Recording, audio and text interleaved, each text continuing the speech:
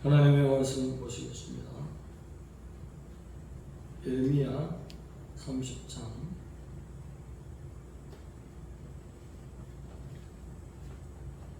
1절에서 4절 말씀까지 함께 합독하시겠습니다. 시작.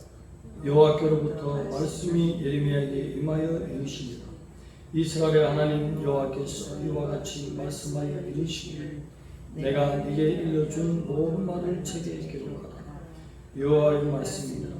보라, 내가 내 백성 이스라엘과 유다의 포로를 돌아가게 할 날이 오리니 내가 그들을 그 조상들에게 준 땅으로 돌아오게 할 것이니 그들이 그 땅을 차지하리라. 여호와께서 말씀하시니라.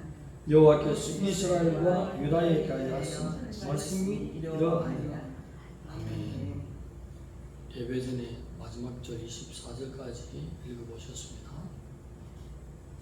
오늘 말씀은 야곱의 환난에서 구하여 내음을 얻고 또 그 가운데 통치자, 그 영도자가 나오리라, 이런 말씀으로 기록된 말씀입니다. 환난에서 귀환과 영도자가 나타나리라 하는 말씀으로 하는 말씀을 나누겠습니다. 3절 말씀 보면 돌아오는 날이 오리라, 귀환을 예언하는 말씀입니다. 근데 사실은 돌아오는 날들이 있을 것입니다. 이렇게 해야 되는데 돌아오는 날이 있을 것이다. 날, a day, 한 날. 근데 실질적으로는 한 날이 아니죠.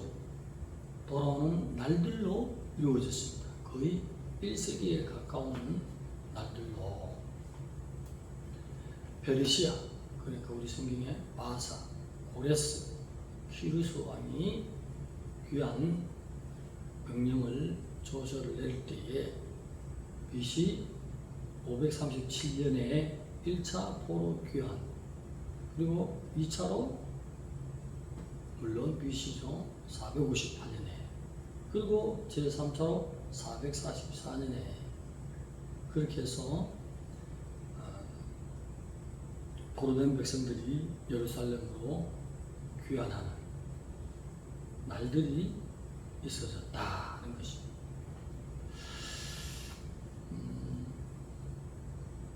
바사왕 고레스 이방 왕에게 여호와께서 나타나셔서 명령을 내렸습니다.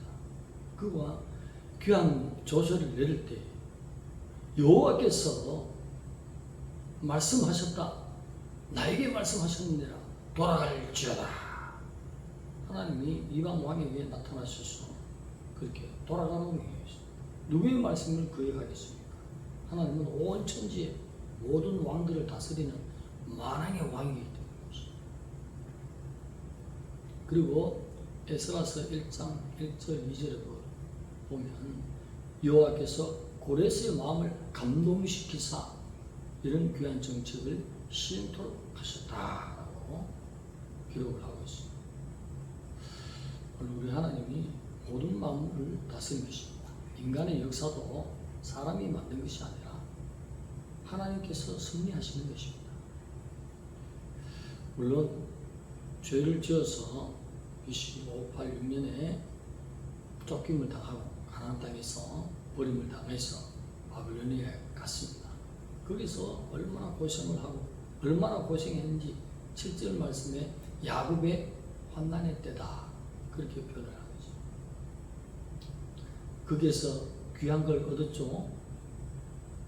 가나안에서 예루살렘에서 하나님을 섬기며 복을 받을 때와 떠났을 때에 고생하면서 서러움을 받는 바알 문화에서, 아세라의 문화에서 무시함을 당하는, 너희들 천지를 창조하신 하나님을 믿는데 왜 이방 땅에 와서 고생을 하냐? 우리 신이 더 낫지 않겠어? 그런 눈동자로 바라본다는 것입니다. 그러니까 하나님을 성경에 우리 하나님의 모든 것을 창조하신 주권자, 창조자인 것입니다. 우리는 정신을 바짝 차리고 확실하게 하나님을 섬길 때에 우리 주님도 확실하게 붙들어 주신 걸로 말미암아 복 받는 것들을 세상 사람들이 볼 수 있도록 바로 섬겨야 될 줄 믿습니다. 어영부영하게 섬기면 이런 복도 없고 저런 복도 없고 차라리 세상 백성들이 복을 더 사는 거지. 부끄러운 삶을 살 수 있다는 것입니다. 그러면서 오늘 귀한 말씀을 하시는 것입니다.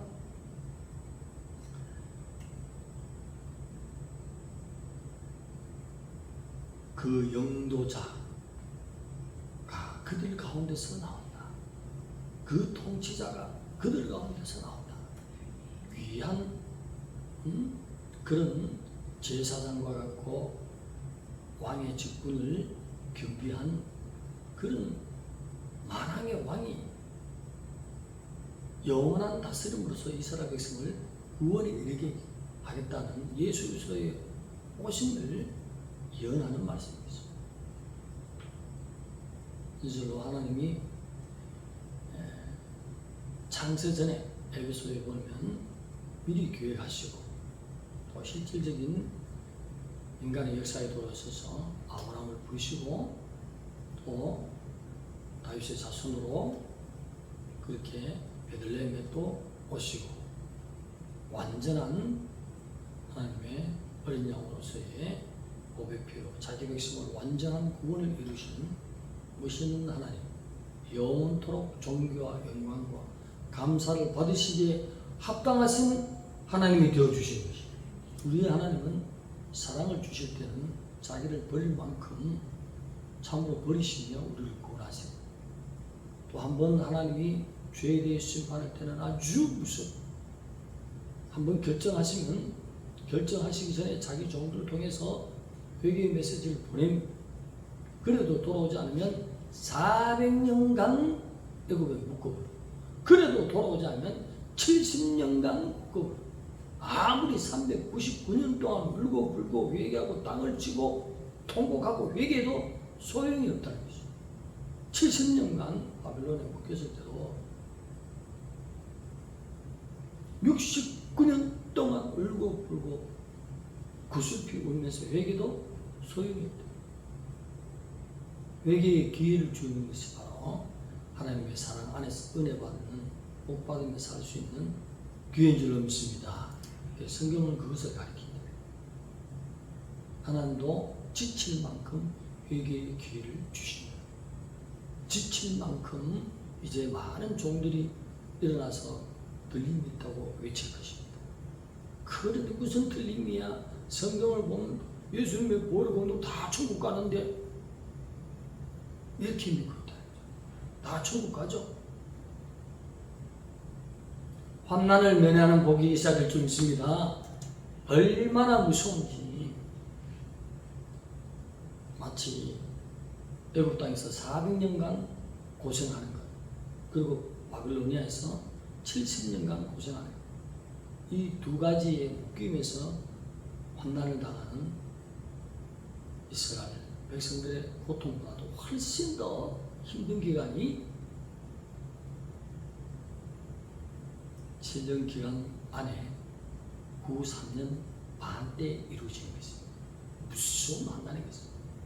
유물론주의자들이 싹 다 죽여버립니다. 파리채를 들고 다 죽여버립니다. 하나님이 없으니 뭐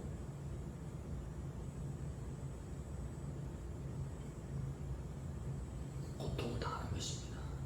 그 전에 진실로 하나님을 섬기는 자예요. 환난을 면하여 주리라. 하나님은 의심은 하나님이죠. 하나님을 바로 섬긴 자는 항상 어떤 어려움과 고통 속에서도 하나님이 지켜주신 은혜가 간증이 있도록 하나님이 그렇게 은혜를 베풀어 주신 하나님. 그러면서 21절에 귀한 말씀이 있습니다. 그들을 내게 가까이 오게 하리라. 내게 가까이 오게 하리라. 자, 올 자 누구이냐? 그렇게 표현합니다. 이 말씀은 구약적인 맥락으로 말씀드립니다. 성전에 여호와께 나와서 경배할 자가 누구냐? 예배할 자가 누구냐는 거죠. 예배할 자는, 제사할 자는 제사장이 허락한 자만 들어올 수 있어요. 아무나 못 들어요.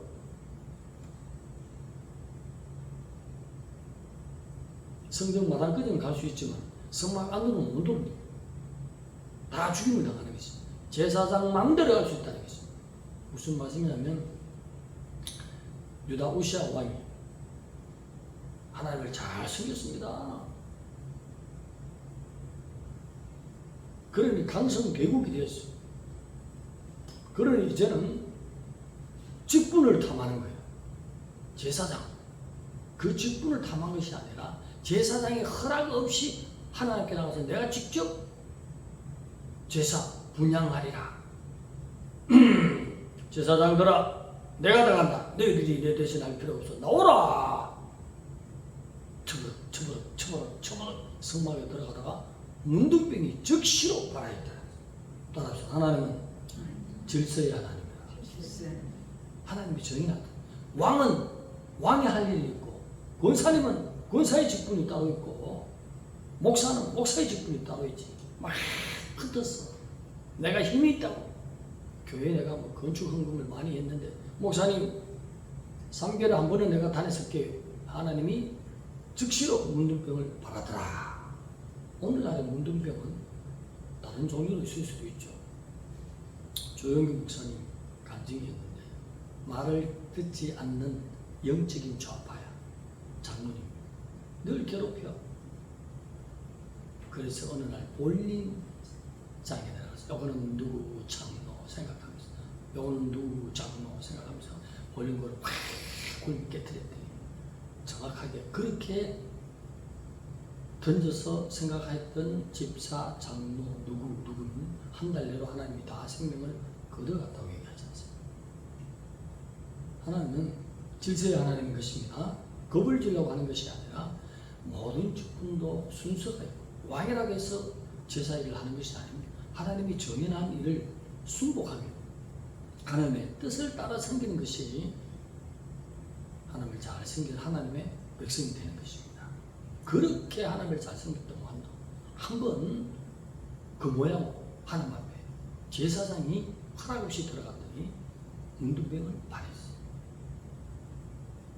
하나님을 잘 알고 적을 알고 나를 알면 백전백승입니다. 성경이 가르치는 것은 몇 가지 되지 않잖아요. 간혹 가다가 제가 6가지, 5가지 또 7가지도 안 맞아.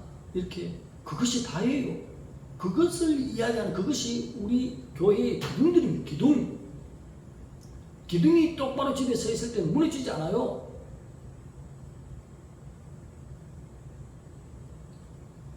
다른 것은 살을 붙이고 꾸며놓은 것이지 그러한 것들만 잘 지키면 하나님의 보실 때 백성답다. 참 나에게 충성하는 백성들이다. 나를 잘 섬기다. 그렇게 칭찬할 수 있어요. 그래서 21절에 그 말씀 내게 나올 자가 누구냐 했는데 오늘날의 말씀으로 우리는 항상 성경을 그 말씀 보고 전체를 또 봐야 되잖아요. 우리가 어떻게 해서 하나님 앞에 나갈 수 있겠습니까?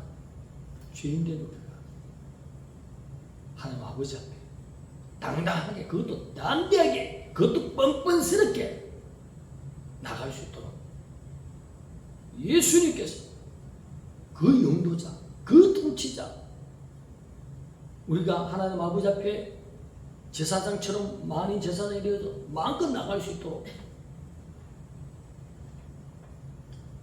우리 모든 영혼의 대제사장이 되어주시고 또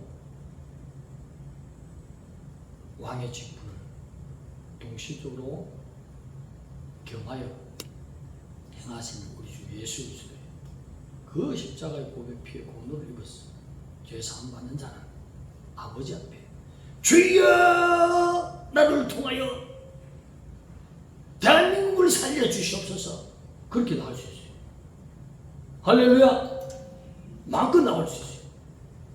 아버지가 아들의 그 속죄의 피로 말미암아 자기 백성들의 죄를 다 사했기 때문에 죄가 보이지 않으면 하나님은 구하는 것마다 하나님께 영광 돌리고 사람에게 덕이 되면 얼마든지 불러라, 더 크게 불러라, 내 영광이 더 크게 나타나자.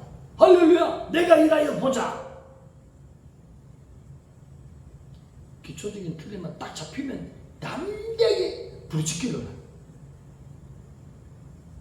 오늘 주님 앞에 우리가 그 주님의 십자가의 능력, 그 영도자, 그 통치자의 그 은혜로 말미암아, 그 십자가의 은혜로 말미암아 아버지 앞에 뻔뻔스러운 거 아니에요? 엊그제것만 해도 공중권세 잡은 자의 뒤따라가던 자가 신분도 바뀌어서 하나님의 자녀라는 권세를 가지고 엄청난 신분을 가지고 담대하게 머리를 하늘을 쳐들어보면서 아버지여 주십시오, 이런 존재들이 됐습니다. 기뻐하십시오. 할렐루야. 우리가 크게 기뻐해야 된다는 거예요. 덜 기뻐하는 것은 십자가의 은혜를 덜 받았다 이렇게 생각하는 것 같아요. 이런 은혜를 나에게 주셨다. 오늘 말씀에도 오늘 시대에 살아가는 하나님의 성도들에게 이만큼 큰 죄에서 용서함을 받는 최고의 지도자, 그분이 우리에게 나타났어요. 이 은혜를 베풀어 주셔서 마음껏 나갈 수 있도록 열어주셨으니 주님 존귀 영광 감사 찬양 영원토록 받기에 합당하신 분이십니다 하고 크게 경배하며 마음껏 부르짖는 이 시간 되어야 될 줄 믿습니다. 기도드리겠습니다. 하나님 감사합니다. 우리를 구원하신 영도자 통치자 되신 우리 영혼의 대제사장이요 만왕의 왕이 되신 주님, 친히 아버지 앞에 담대히 나갈 수 있도록 보혈 공로를 우리에게 펴주신 그 은혜를 진실로 감사함을 드리옵나이다. 항상 언약 안에 있는 삶을 살고 언제든지 주님이 나팔 불면 호련히 변화되어 만왕의 왕이신 우리의 통치자, 우리의 영도자이신 우리 영혼의 대제사장 주님 앞에 가서 경배할 수 있도록 늘 주님 만날 준비하는 우리 인생이 되게 하여 주옵소서. 예수님의 이름으로 감사하며 기도드리옵나이다.